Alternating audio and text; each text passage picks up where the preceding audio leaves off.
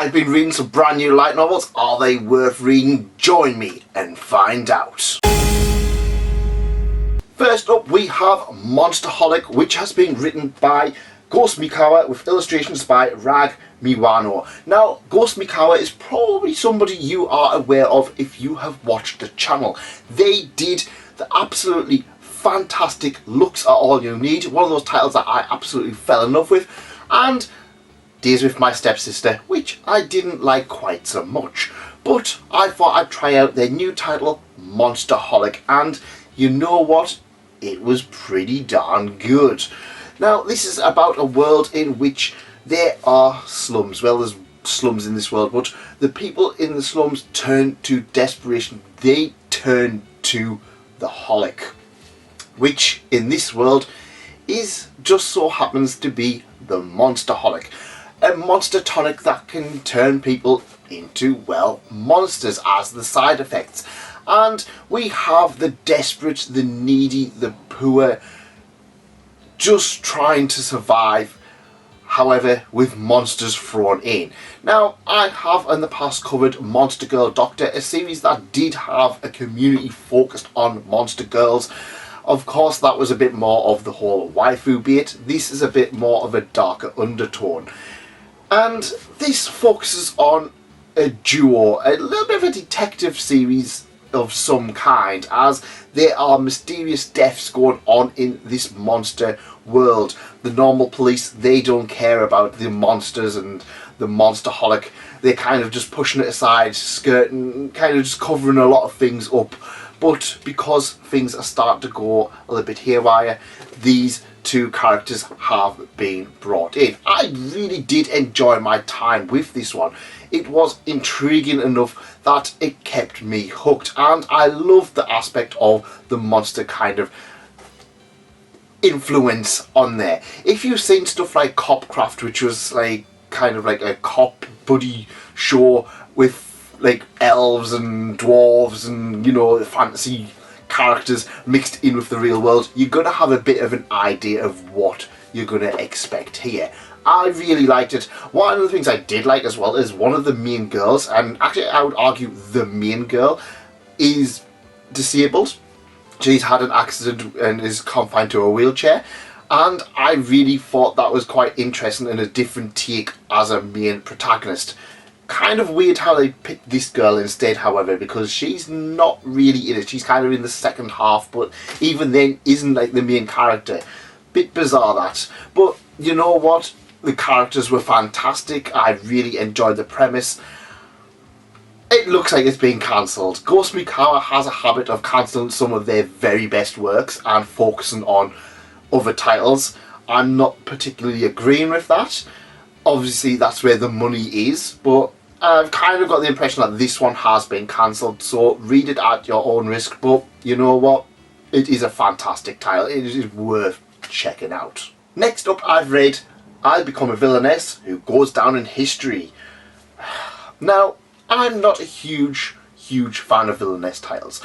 I don't have anything against them, but I'm not completely into them. I really liked Team Moon Empire, I liked a few of the other titles, but I wouldn't say I'm completely into them, that I just read everything that comes out. And I know that a lot comes out, but I thought I'd give this one a try. Of course, it was a review copy, so I'd give it a try. And there was an anime out, so that kind of helped me motivate. And it's alright.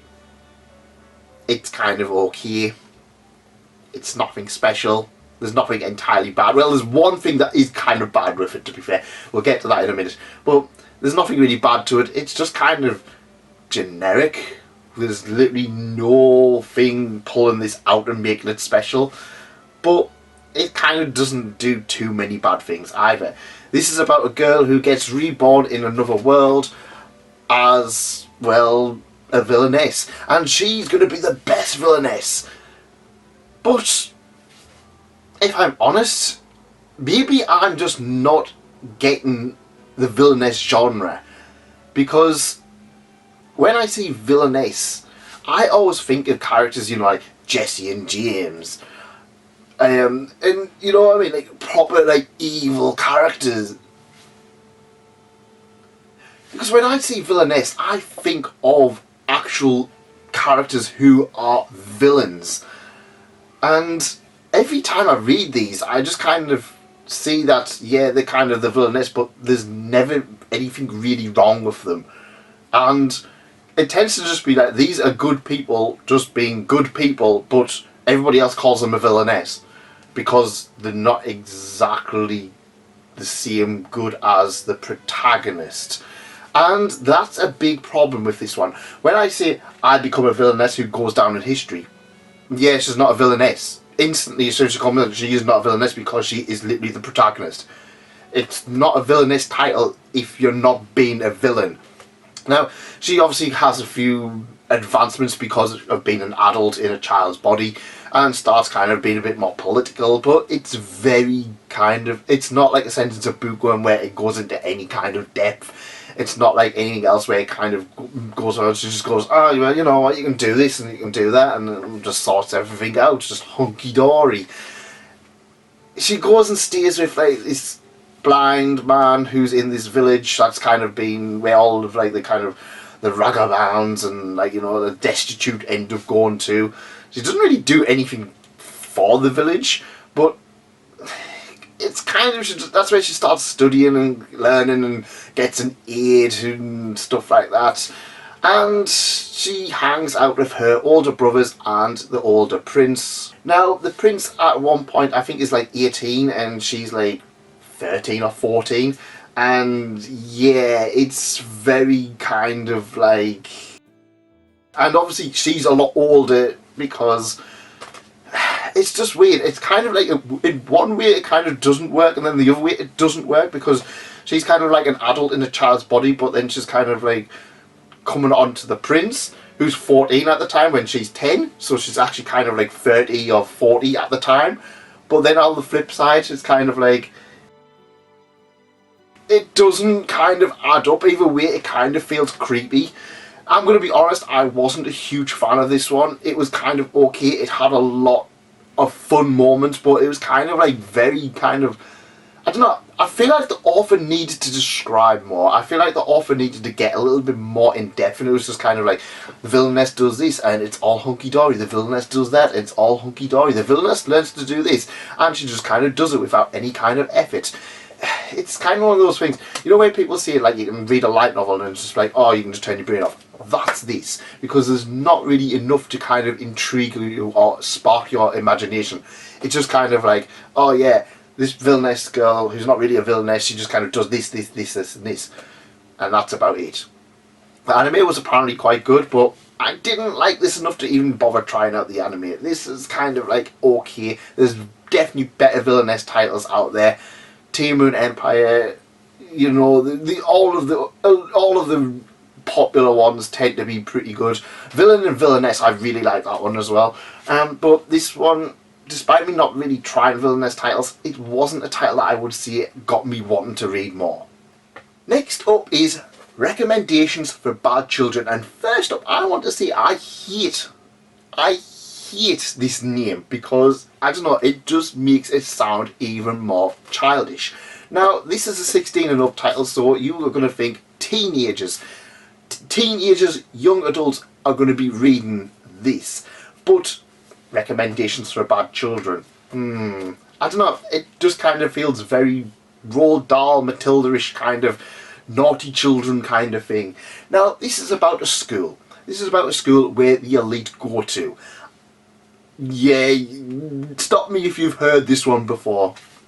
However, they're going with hardships and the teachers are incredibly abusive to them. They favour the popular, they favour the very good and advanced, and the ones who are more socially advanced or just kind of like smarter and genuinely better at life. Everybody else gets abused, literally abused. So our protagonist is starting to lash out in only ways that he can do, such as going to the school roof and smoking. He then meets a young girl who also is feeling a bit and is thinking of leaving. They decide to team up and fight back by doing naughty things such as getting abusive recordings and recording them and then playing them on the speakers, and getting fake stamps and putting stamps of abusive stuff on the test results for the, so the higher ups or the more smarter ones are starting to feel the abuse that the lower ones are getting. And in between, there is a lot of kissing. And I mean a lot of kissing. This is about 200 pages, and I must say about 20 pages is just individual scenes of kissing. And you can tell what the author really wanted to write here. If I'm honest, I really like this one. I actually like this one more than Classroom of the Elite. It does have a little bit of the same issues I had with Classroom of the Elite, of kind of the socially awkward character just kind of doing stuff, but everything they kind of do is just kind of not necessarily smart. It just kind of more because everybody else is dumb. It's like the stuff that happens and you're just kind of like, well, surely they're going to suss out who done this. There's literally a scene at one point where the teachers kind of catch them, but then they kind of do more stuff and there doesn't seem to be any repercussions. It's kind of one of those things where it's like, oh, well, the teachers are that scared and they kind of had investigations, but then not long afterwards they kind of just went back and just done it again. And when I looked into the volume 2, it kind of looks like it's more of the same thing, because this really wraps things up. They could just wrap it up and kind of continue and just be like, oh, well, the school was a lot better and stuff like that.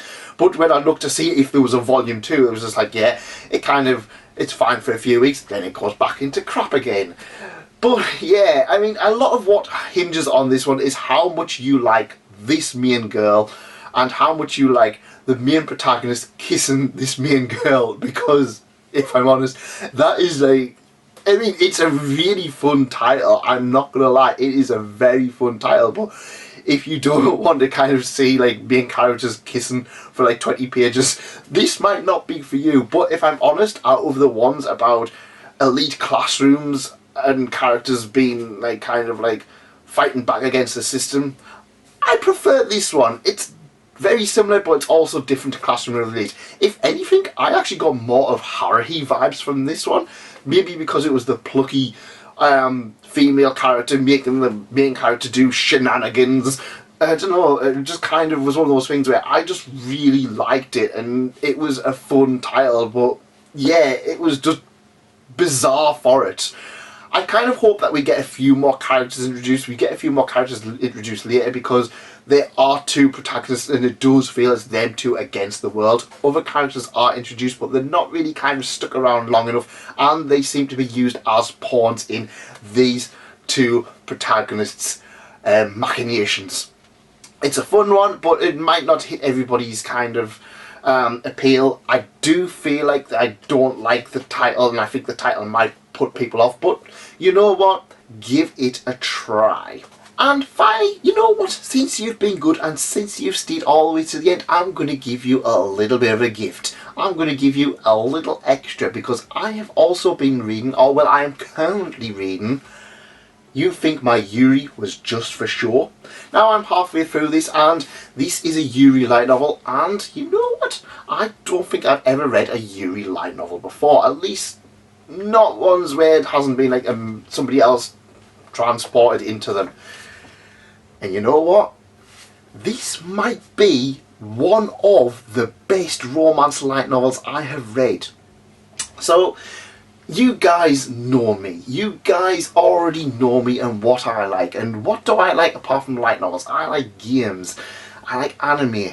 And I like Holic, which is pretty much included with idols. So, this is about a voice acting agency, a main protagonist who has an Oshi. An Oshi, if you don't know, is kind of their one true favourite idol. And one day that idol retires. However, in a few days later, the idol starts work at the voice acting thing, and she's now kind of up, like, oh my god, it's her, but she's also now in a position where she can train up this idol. And of course, it's so the whole thing. Do you think my Yuri was just for show? Is because of the whole TT thing. You guys know the one. Coronet and Okayu, Kiara and Calliope Mori. That kind of TT thing where it's kind of like, yeah, there might be something there, but a lot of it is just for show. And the thing, do you think the Yuri's for show? No, well, the Yuri is not necessarily for show. This is a romance title. But, you know, we've seen other light novels where the romance is kind of, especially with a guy and a girl, for example, Angel Next Door or Alia and whatever. The main character, the main guy is kind of okay, but he's kind of a bit generic. In fact, it's maybe somebody that you kind of need to put your impression on. And then the girl seems to be a bit of a trophy. They're kind of like, they're kind of the one that you need to kind of obtain in some ways. This genuinely feels like two people in the real world being in love, and it works for it.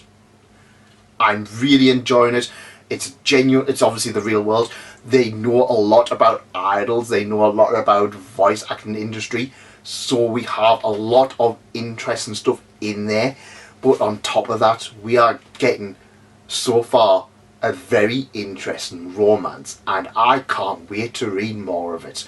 I will do a full-on review of this one because, like I said, I don't really cover many Yuri titles. But this one, I'm going to be really excited to read more of it because it is easily one of my favourite romance titles, and I'm halfway through it.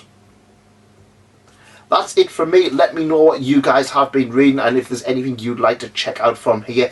Thanks to Yen Press for sending review copies of each and every one of these. I know I haven't been positive about every single one of them, but you know what?